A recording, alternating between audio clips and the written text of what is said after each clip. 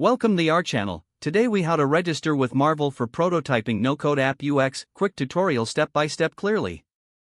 To register with Marvel for prototyping your no-code app UX, start by opening your web browser. In the address bar, type in marvelapp.com and hit enter.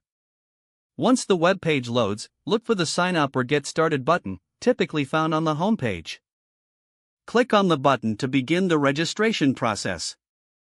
You will be prompted to enter your email address. Make sure the email address you provide is one you have access to. Next, choose a strong password for your account. Confirm your password by entering it again in the designated field. After filling in your details, click the Create Account button. Marvel may ask you to verify your email address. Check your email inbox for a verification email from Marvel. Open the email and look for a link or button to confirm your registration. Click on the verification link to activate your account.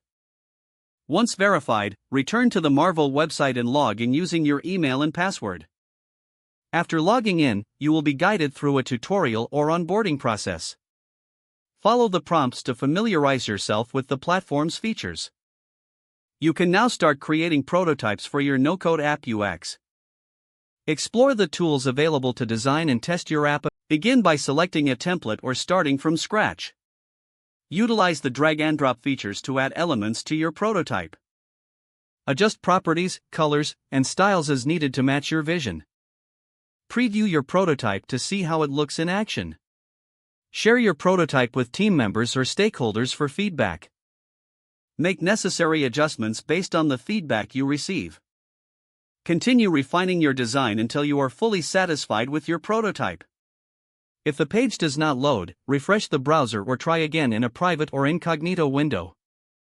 Make sure you are using the correct email address, then retype it carefully to avoid small typos.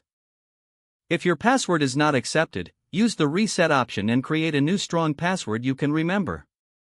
Don't forget to like this video and subscribe to our channel for more step-by-step tech guides.